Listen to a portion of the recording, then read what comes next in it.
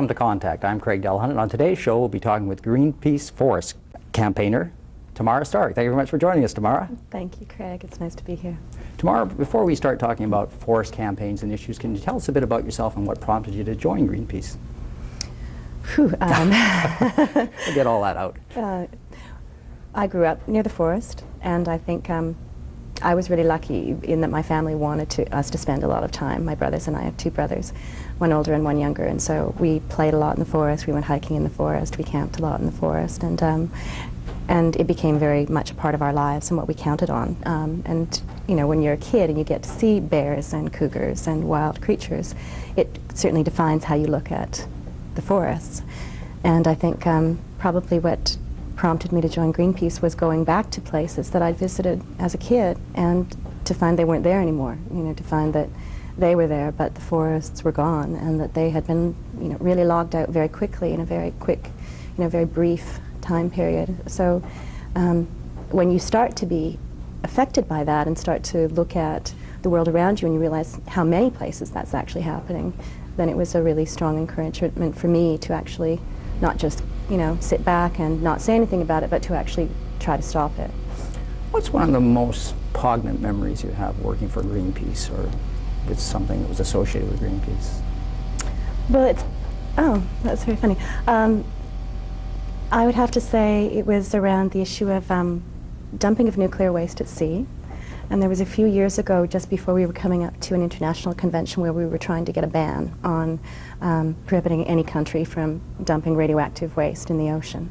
And we'd been told that we would be getting a call as soon. We had a boat, one of the Greenpeace ships, the MV Greenpeace, out in the Sea of Japan, and we were watching this Russian nuclear ship, which was going to dump illegally all these tons and tons and tons of radioactive waste into the ocean, and got this call like at 3 o'clock in the morning, and my defenses were down. And you know, working as an environmentalist, you get pretty used to horror stories, but this call came and they said, okay, start contacting the journalists, start letting people know what's going on. They pulled out this huge hose and they're dumping like 3,000 tons of radioactive nuclear waste into the ocean. And it just hit me that while I was sitting there, somewhere in the world, people thought that this was an acceptable thing to do. And we got it on film. I cried. We got it on film, and then 2 weeks later, I think it was like a major piece of evidence was presented at the convention, and we actually finally got a ban on the dumping of radioactive waste into the world's oceans. Terrific. Now here at home, Glenn Clark has called Greenpeace the enemy of BC, and others have called Greenpeace public enemy number one. What makes these statements, well, as you've just said, so ludicrous? And why are they also so dangerous? I think we're at a point in BC's history that we're really fighting for what little is left of the old growth forest. And so I think there are a lot of entrenched interests, both government as well as industry, that are fighting very hard to get to those last areas of old growth. And at the same time, you know, we environmental groups, Greenpeace, and to some degree the public, are fighting to keep those places. And so it's very, very polarized.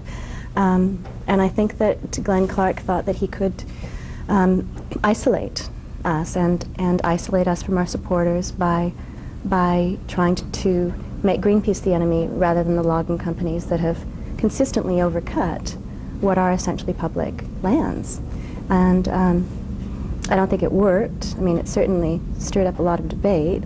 But I think the part that's dangerous is that it legitimizes at some level anyone taking any action to stop, you know, someone that you call an enemy of the state. I mean, it's the same kind of tactics that have always been used in hate mongering, and it's a very dangerous thing to do, particularly for a public official. Well, historically, what are some of the things that you might say Greenpeace has done that are considered very socially acceptable? Well, the ban of nuclear waste dumping into the world's ocean. We have an international ban on the commercial hunting of whales. I mean, whales have been driven to close to the brink of extinction in some cases because of commercial whaling. There's a ban on that. We've just a few years ago developed a non-CFC based refrigerant so that so that CFCs, being ozone-depleting substances, are traditionally used as a coolant in a refrigerator. And we'd worked with a company to develop an alternative. So when you're actually trying to cool your food, you're not contributing to ozone depletion at the same time. That's on the market now and is actually gaining a lot of credibility. We just got an award from the United Nations actually for that one. And Antarctica, there's now a 50-year moratorium on any kind of resource exploration on what is essentially a very, very fragile continent. And, you know, I mean, I guess the list sort of goes on. Why did Greenpeace go into Rongelap, that island in the Pacific? Well, we were founded on our opposition to nuclear testing. That was the very first thing that Greenpeace did back in '71 when we took a ship from here up to the Aleutians to try to stop nuclear testing. And just, you know, consistently, France has over the years pushed to continue to detonate nuclear weapons. And in the course of doing so, we're using a test site in the South Pacific, and it showed no consideration or concern about the local people, like the indigenous people who were living on islands there. And after we'd started to go in and try to work with the local people to find out exactly how are the tests affecting them, because of course France was saying no one's health was affected, then went in and realized that the levels of contamination were so high, that the instances of cancer were so high, that we brought one of the Greenpeace ships, the Rainbow Warrior, to Rongelap and had helped people evacuate and move them to a safer place. It was a tragedy for them to have lost their home, but at least we were able to move them to a slightly safer place. Here in BC, your major detractors seem to be the Forest Alliance and the share groups. Who set these up and what is their purpose? Well, their purpose is primarily to confuse the debate and to try to put a human face on what ultimately is actually an industrial movement to log as much as we can before we move our operations to another country. This was back in the early 1990s. Burson Marsteller, which I guess most people know as a public relations firm that represented Union Carbide after the big chemical disaster at Bhopal, or Argentina, and supporting General Pinochet during the juntas. This PR firm, one of the world's largest, had gone to the forest industry and said it would be a good idea to have individual citizens act and speak on your behalf, and the forest industry said, hey, excellent idea, gave money to Burson Marsteller. They set up what essentially is a shell, the BC Forest Alliance, and then and said that, tried to promote it as a citizens organization, a citizens-based lobby group, but in fact is funded by the logging companies. So logging companies funding were trying to portray themselves as being local, community-driven. These are our forests, these are our concerns. But it's not true. How do you think people associated with the Alliance, working for them, sleep at night knowing that it's a brainchild of an organization that basically whitewashed murder? I don't know. I mean, I find it's quite startling to think. I mean, we have one of the central spokespeople for the Forest Alliance is Patrick Moore, who had been with Greenpeace in the early days. And now he's paid by the logging industry to defend clear cutting and defend the fact that it doesn't really matter that Canada and BC don't have Endangered Species Acts, and you know, to say these kind of things and to have been with Greenpeace and to come to that point and to know that that's the kind of organization you're working for is hard to fathom how someone could walk on that path.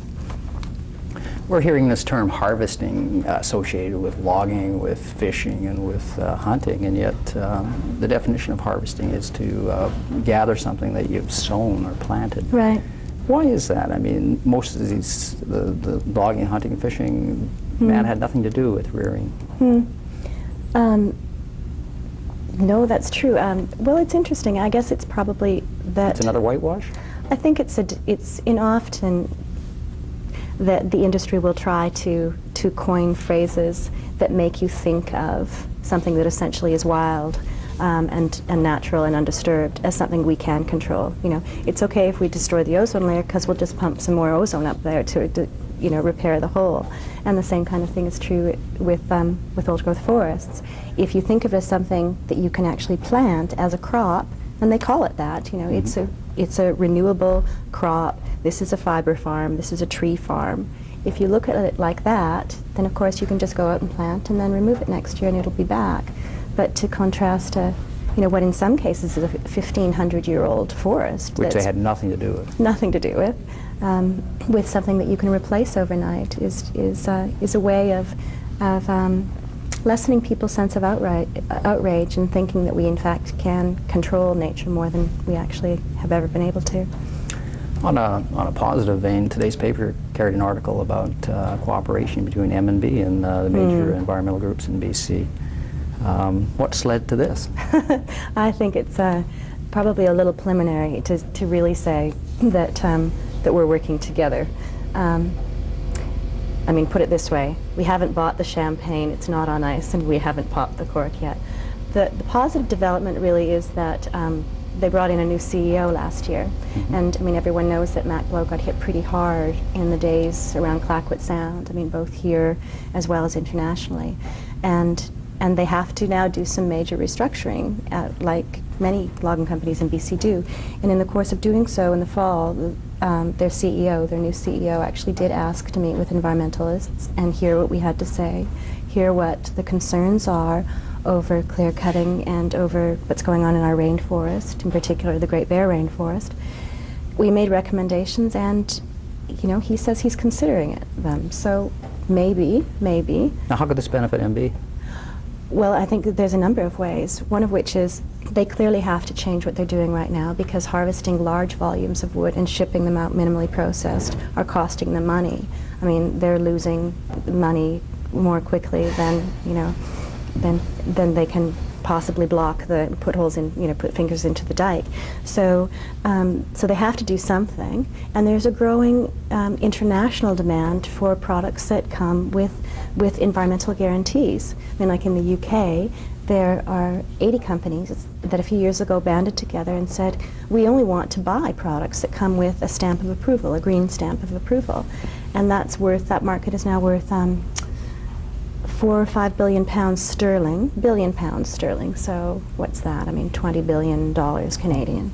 And we haven't been able to meet it so far. And Mac Blow could try to meet that and pick up a niche market that no other logging company is doing. And if they act quickly, then they'll be a lot happier and healthier financially, and the forest will be in better shape. What are two very positive things MB's already instigated from the environmental perspective? I'm talking about the Kauai and Herb Hammond. They're considering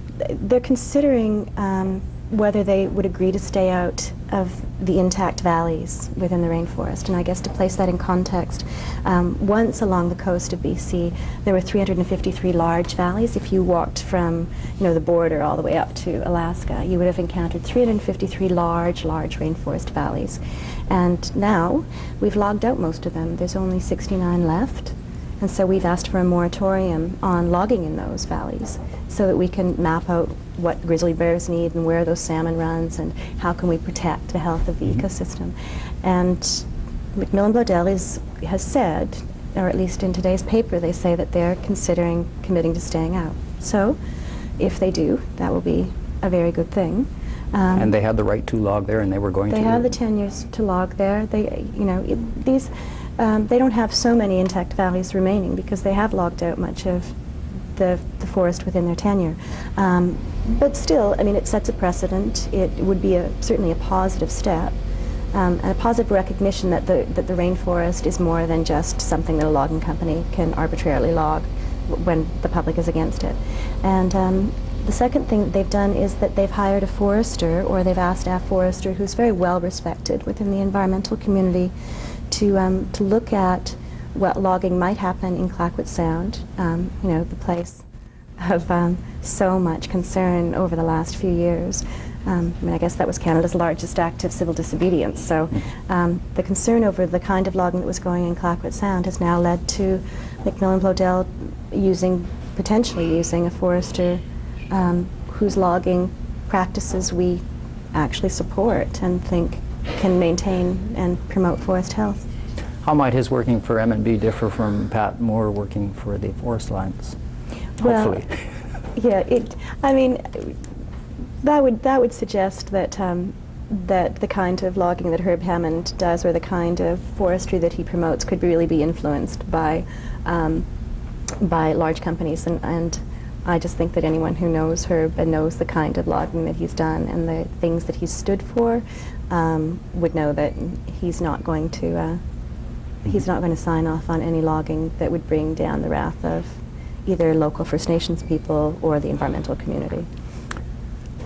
So it's looking like maybe M&B may be here for the long term, or for a longer term than possibly Fletcher Challenge. Now, Fletcher Challenge has liquidated most of its assets in BC now, and there's a rumor that they may chop up Elk Falls and move to Chile. Are we watching the end of a big con game, and do you think that they could ever be held accountable internationally for reparations as far as the ecological damage they reaped on the province? Well, I guess in terms of the first issue, yes, I think at some level it's a con job because Fletcher Challenge, like a lot of other companies, have consistently said, oh, we're going to stay. We care about BC. We would never leave. This isn't about cutting down your forests and moving somewhere else and cutting down their forests. We're committed to this province. And it's a New Zealand-based firm. I don't think that they have a strong commitment to maintaining, the forest health or maintaining employment. Repair the damage they did? Right. No. And so I think that if they move, and it's true, there are some indications they may, that it will be to the detriment of British Columbia that they're able to have cleared out these forests, hurt forest communities, and then leave without paying a price. And the answer to the second part is that currently there isn't a mechanism to actually force, through international conventions, reparation to be paid. And we would hope that at some point in the future there will be, that there should be super funds set up that the industry contributes to provide for a transition when we start to run out of old growth. And that's starting to happen, so we think that actually the company should be paying now. They've paid very little for a long time to clear-cut public lands, and it's time that British Columbians took back our forests. Why are Patrick Moore's attacks on Greenpeace's methods so ironic, and they appear to be the methods that he developed himself? Well, they are the methods that Patrick was involved in the early days. One of the recent criticisms leveled at groups like Greenpeace is that a number of environmental groups are trying to protect a place called the Great Bear Rainforest, and so Mr. Moore will say, well, that's just, you're just trying to use images of, warm, cuddly, fuzzy bears to save, a rainforest, and it's just emotional balderdash. And the two issues that are ironic is that, well, first of all, this is one of the last large places left in the world where grizzly bears live, and there is no Endangered Species Act to protect it, and it is on the endangered list. So it's not just about fuzzy bears, but in fact, a wide range of species that may go extinct if we don't change what we're doing. And the irony was that he was involved. Seals? Exactly. That Patrick Moore was one of the leading proponents in stopping the seal hunt on the east coast of Canada. And anyone who looks at those images of white coat harp seals with those big wet eyes, right. So he pioneered it. Yeah. He's made some statements that somehow don't ring true. One is that clear-cutting logging has never caused the extinction of one animal. What are your comments on that? Sure. I guess there's two issues that you have to deal with, one of which is that there's been very little science that ever is able to say anything is definitively caused only by one thing. What we do know, according to the BC government itself, the BC Minister of the Environment last year put out a report that says 1 in 10 plant and animal species in this province are at risk of extinction. And they quantified levels of threat and cited logging as the second leading cause or second leading threat that may push those species over the edge. So 1 in 10, is a pretty significant list. And what we already know is that there are local extirpations, like local extinctions of grizzly bears in numerous cases throughout British Columbia. There are many species that are on the endangered list. We know that logging to the south of here in the U.S. has caused species like the ivory-billed woodpecker to just get pushed over the edge. And I think that then you have to look at the salmon runs. One of the things that we're most concerned about is the impact that clear-cutting has had on those very fragile and very unique individual salmon runs all the way up the coast.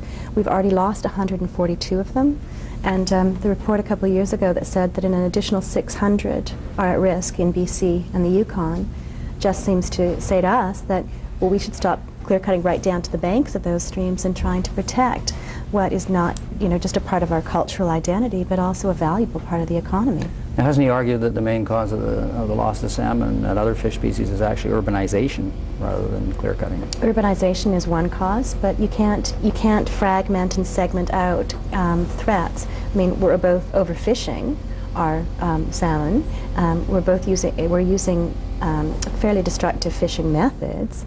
Climate change is certainly an impact, but we know that the erosion that's caused by clear cutting that lends to siltation of salmon streams, changes to the water temperature, and resulting inability for those salmon to reproduce is a significant factor. And I think we're going to have to work to address all of those if we want to save our salmon. The Forest Practice Code, broken promises. What's happened with the code, and what are they about to do to the code? Well, the report you referred to, Broken Promises, was one we put out last year, and that was... That's what inflamed Clark. That was what caused the Premier to call Greenpeace enemies, yeah. And the reason he was angry was that we juxtaposed commitments that this government had made, both to British Columbians as well as to the international public. For example, saying we're phasing out conventional clear cutting. Openings the size of football fields will no longer be allowed. And so what we did was work with an environmental law firm, the Sierra Legal Defense Fund, to contrast the statements that the Premier and the Minister of Forests were making with what was really happening in our forest.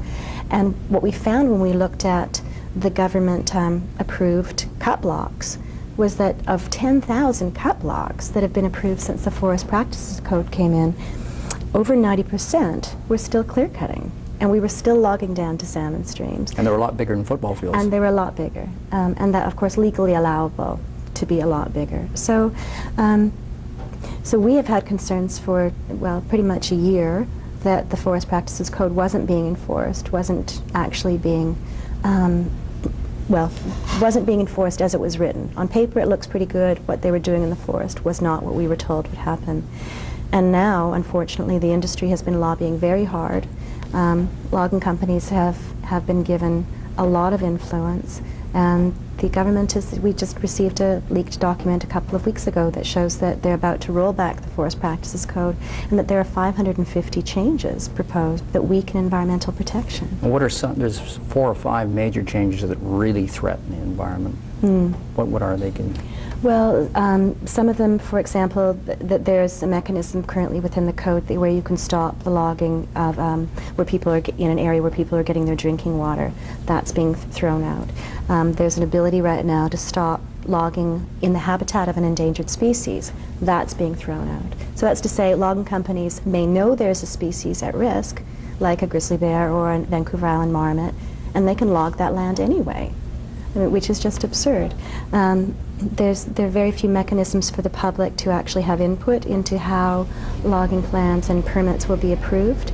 It gives a lot of control to the companies, and the most recent changes that are being proposed mean that the government, who are supposed to be overseeing the logging on our behalf, on the public's behalf, will no longer even have a copy of those cut block permits in their files, that they'll be left in the hands of the industry, and the industry will, upon request, allow the government to see what they're doing. But these are public lands. Are the environmentalists getting pretty disillusioned with the NDP? I know they were a major force in getting them in. I think that there's a lot of concern that the industry, that the logging companies have far too much control, and that that the government is abandoning some of its principles around environmental protection. The fact that they could roll back the code, even at the same time that they are flying to Europe to say it's world-class logging, and even at the same time that they're cutting stumpage, like the amount of money that those companies are supposed to pay back to the public for the privilege of logging our lands. They're planning on cutting that at the same time. It's just a bad indication, and I think that really we need our government to show some leadership, and I think the British Columbians have to really take a much stronger role in taking back our forests and saying these are ours. You can't just give these large companies control. Well, now, by a stronger role, what can they do? Because it looks like basically the future generations of BCites, the young people, are about to be divested of their natural resources. I mean, the fisheries on the ropes. Forestry, there's a lot of talk that it's going to be a lot less than 10 years. What can they do? It seems the judiciary in the province is very aligned to big business, even now. I mean, you have a court case coming up where the people from King Island are coming back, and it seems that we've seen grannies go to jail, and we've seen members of unions beat people up, and nothing happened. What can young people do? Well, I think or that people in there's, general? I think there's a few things. I mean, there was an environmental reporter a couple of years ago who likened politicians to single-celled organisms because said they only respond to heat, and they only respond to heat. And is that lower than pain. amoeba? Pardon me? Is that lower than an amoeba? Well, about the same. So, I mean, so that's what we have to do. We have to make our politicians accountable, and I think that what that means is that the young people, all of us working together, have to start to make our politicians listen and manage our forests differently. We can protect the jobs and protect our old-growth forests. We're one of the few places in the world that has that opportunity. Tamara, thank you very much for joining us. Our time's up. Thank you. For Contact and Anderson's Restaurant, I'm Craig Delahunt. Please join us again next time.